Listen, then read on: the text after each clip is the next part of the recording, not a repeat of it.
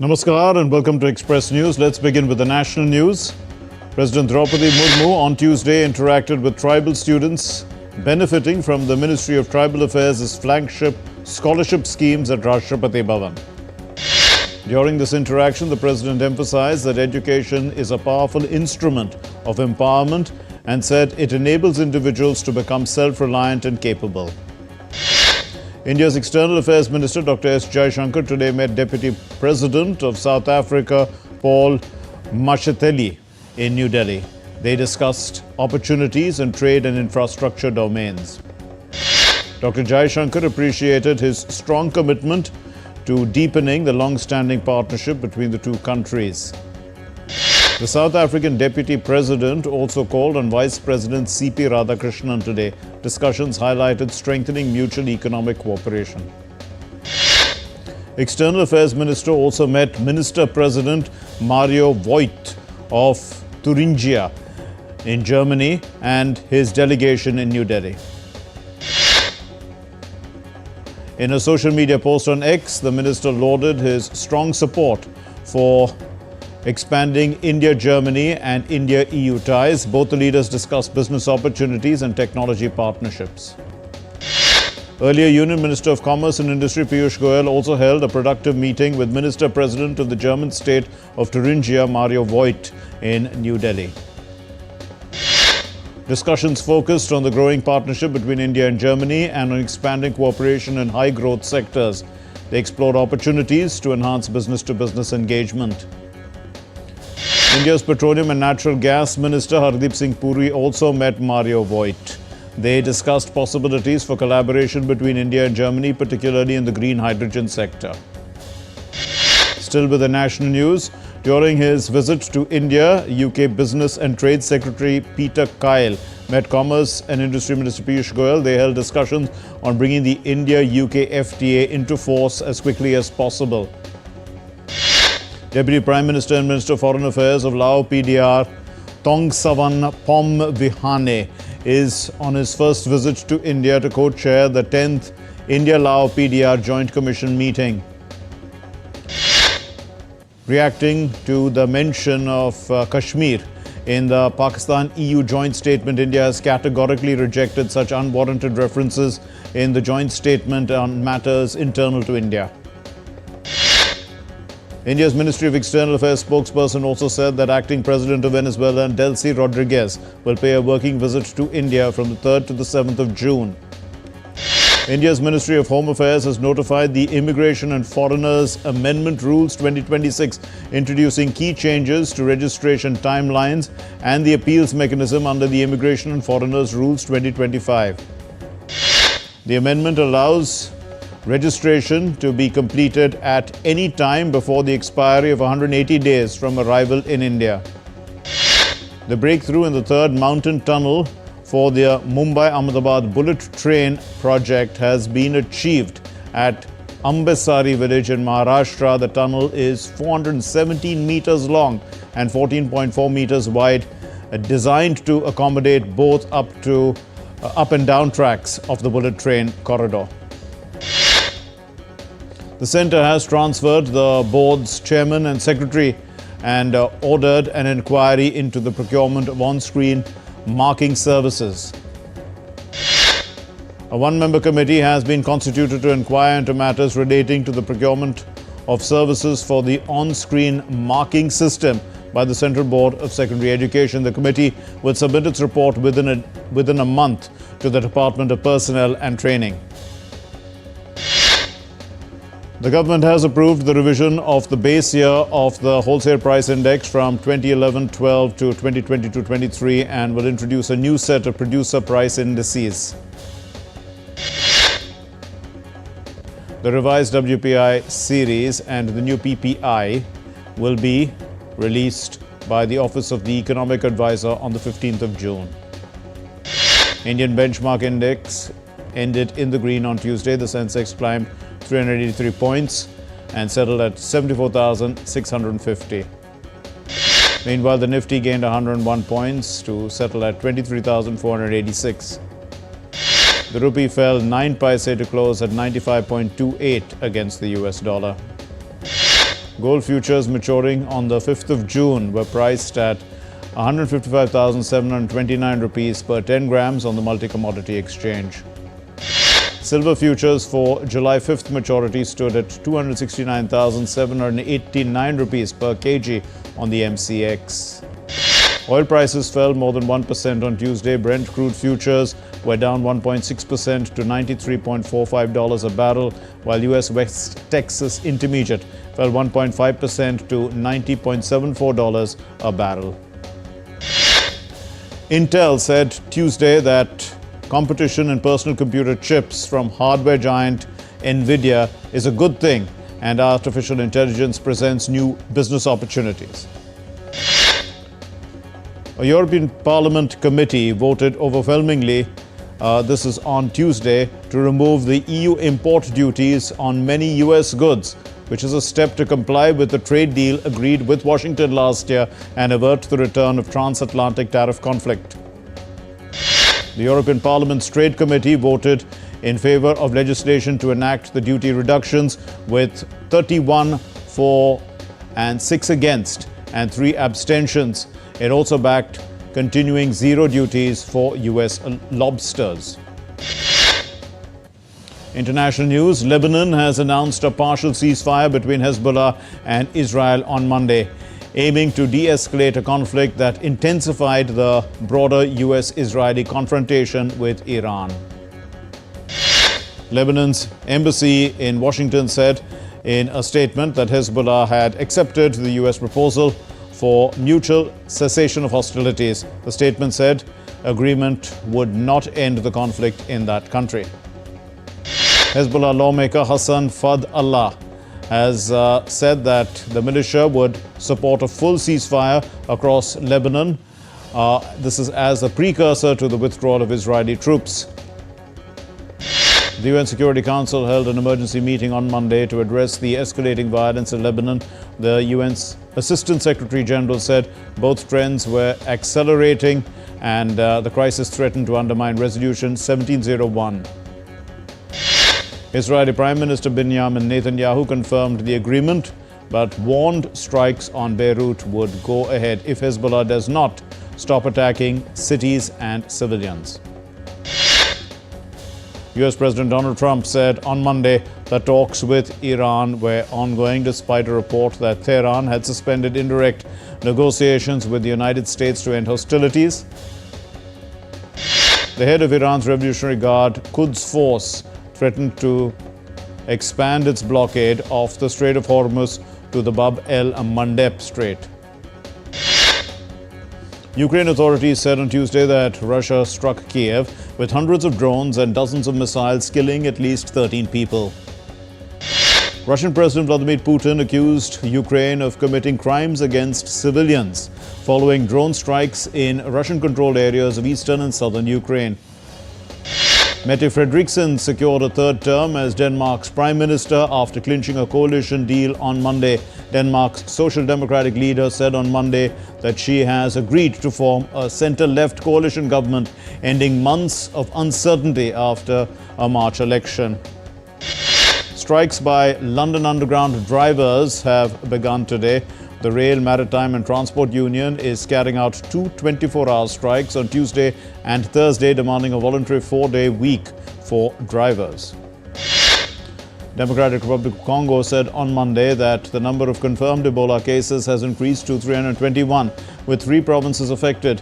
The government data shows confirmed cases include 48 deaths. The WHO on Tuesday dramatically scaled back the number of suspected Ebola cases in Central Africa to 116, down from more than 900 previously, with 330 cases now confirmed. The main airport in Ituri, the DR Congo province at the epicenter of an Ebola outbreak, reopened on Tuesday after a 10-day closure for safety reasons. India has issued a fresh Ebola advisory for travelers from West African nations. The Health Ministry had asserted that as on the 2nd of June, there are no cases of Ebola reported in the country. The ministry advised anyone who has travelled from or transited through an Ebola-affected country within the past 21 days to closely monitor their health. Individuals developing symptoms have been asked to isolate themselves immediately. India has dispatched the second tranche of medical assistance to Africa Centers for Disease Control and Prevention to help contain the severe Ebola outbreak in Congo and Uganda. India has expressed confidence that this 43 tons consignment, including medicines and supplements, will further strengthen public health preparedness and bolster Ebola response capacities across African Union Commission. Cambodia initiated the UN-backed dispute resolution process with Thailand on overlapping maritime claims in the Gulf of Thailand, where undersea energy reserves are valued at around $300 billion. Ecuador's military has intensified operations against illegal gold mining near the Colombian border, using heavy weapons to target criminal-run mining sites. Let's take a short break. You're watching DD India's Express News. Stay with us.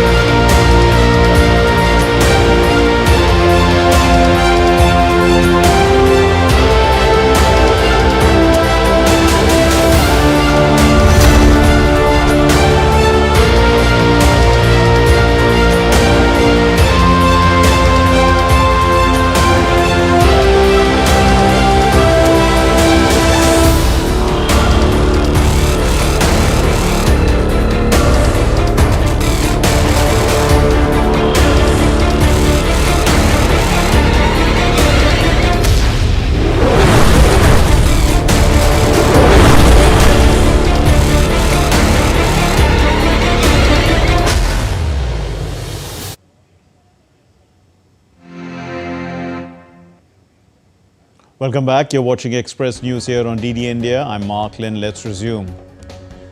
Typhoon Jangmi battered southwestern Japan on Tuesday, knocking out power, and this happened to tens of thousands of homes and grounding hundreds of flights. The typhoon has injured 9 people in Okinawa, caused by Jangmi blowing objects into cars and strong winds causing people to lose their footing. France has recorded its hottest spring since weather records began in 1900. The season was marked by an intense early heat wave at the end of May. The World Meteorological Organization has said that there is an 80% chance of the warming El Nino phenomenon developing between June and August, increasing the risk of extreme weather events. Delhi NCR can expect intermittent rainfall and gusty winds from June 4 as a new western disturbance approaches northern India. According to the India Meteorological Department, maximum temperatures may rise by 4 to 6 degrees Celsius in parts of northwest India. The IMD has forecast scattered to fairly widespread rainfall with thunderstorms across northeast India this week. Rain and thunderstorm activity is also expected over West Bengal, Jharkhand, Bihar and Odisha between June 2 and 8. Isolated to scattered light to moderate rain, along with thunderstorms, lightning and gusty winds is likely across Konkan, Goa and Maharashtra. Rain with thunderstorms is also forecast over Tamil Nadu, Puducherry, Lakshadweep, Kerala, Telangana and Karnataka regions between June 2 and 6. The world's largest illustration centre, the Quentin Blake Centre for Illustration, will open in London on June 5, showcasing works of British illustrator Quentin Blake. Quentin Blake and the Centre for Illustration will also feature a Quentin Blake retrospective along with British artist Murugaya's psychedelic artworks in its opening exhibition. A British tech firm, in fact, is launching automated indoor smart farms that let users grow microgreens, salads and herbs at home in as little as 8 days using app-controlled lighting, watering and climate systems. Taiwan has unveiled robot patrol dogs designed for surveillance, reconnaissance and coastal defense, with potential deployment on Taiwan-controlled islands in the disputed South China Sea. The Southern Fruit Festival in Vietnam's Mekong Delta is showcasing tropical fruits like durian, along with traditional dishes such as banh xeo, highlighting regional culture and cuisine. Thousands of devotees continue to visit Ulaanbaatar's Gandan monastery to pay their respects to the sacred relics of the chief disciples of Lord Buddha.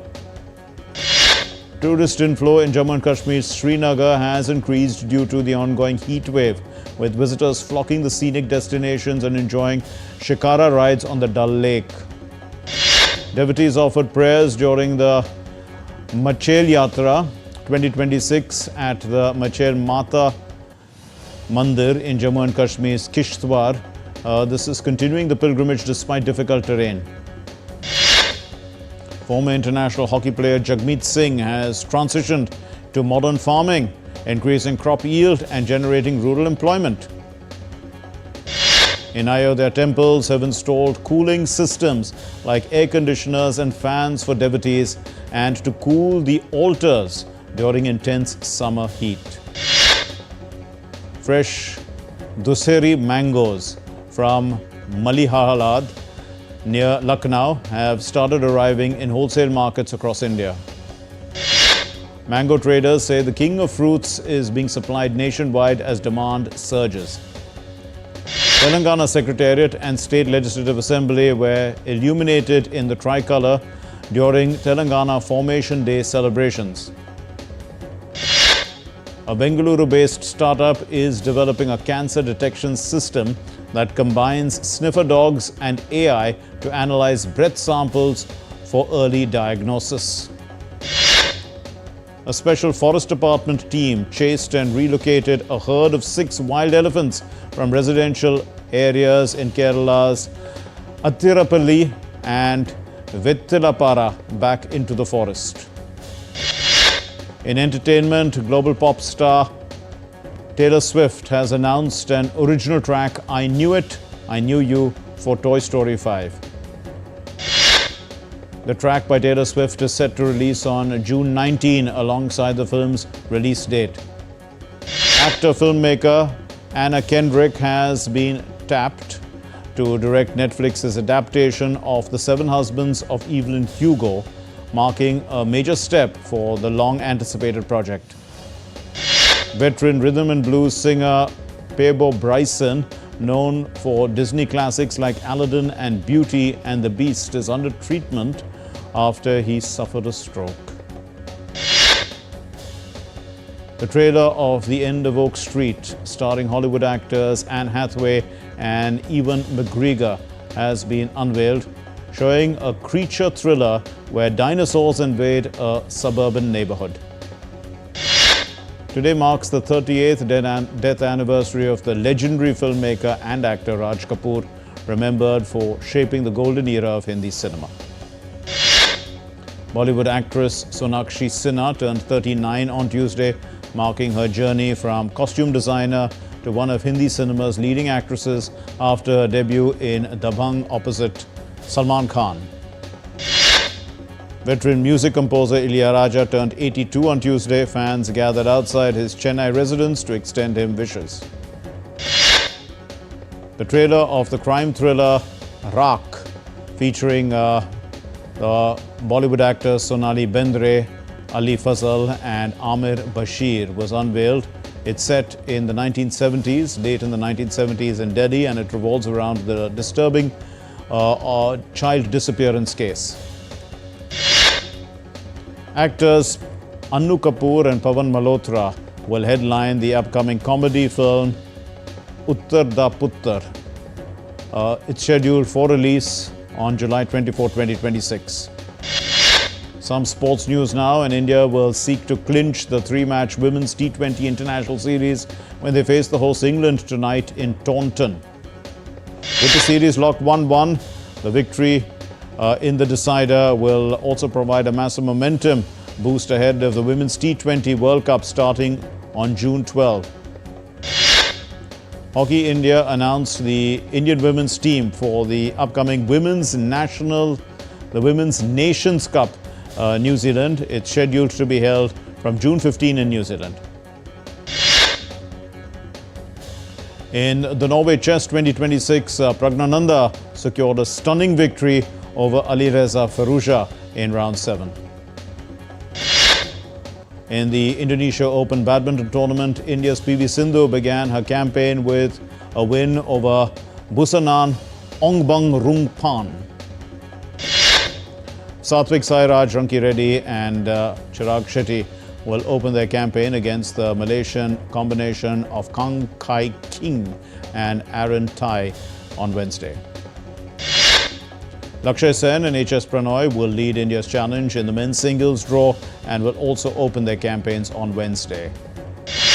Serena Williams will make her comeback at the grass courts of Queen's Club in London this month, having accepted a wildcard entry into the doubles draw. The tennis legend Serena Williams will make her long-anticipated competitive comeback at the age of 44. Aryna Sabalenka passed one of her sternest tests yet in her pursuit to a maiden French Open title, overpowering Naomi Osaka in a pulsating game to reach the quarterfinals. In the men's draw, Matteo Arnaldi survived a grueling marathon against Francis Tiafoe, and he secured a spot in the last 8. FIFA has officially opened its 2026 World Cup International Broadcast Center in downtown Dallas, activating hundreds of monitors at the Kay Bailey Hutchison Convention Center.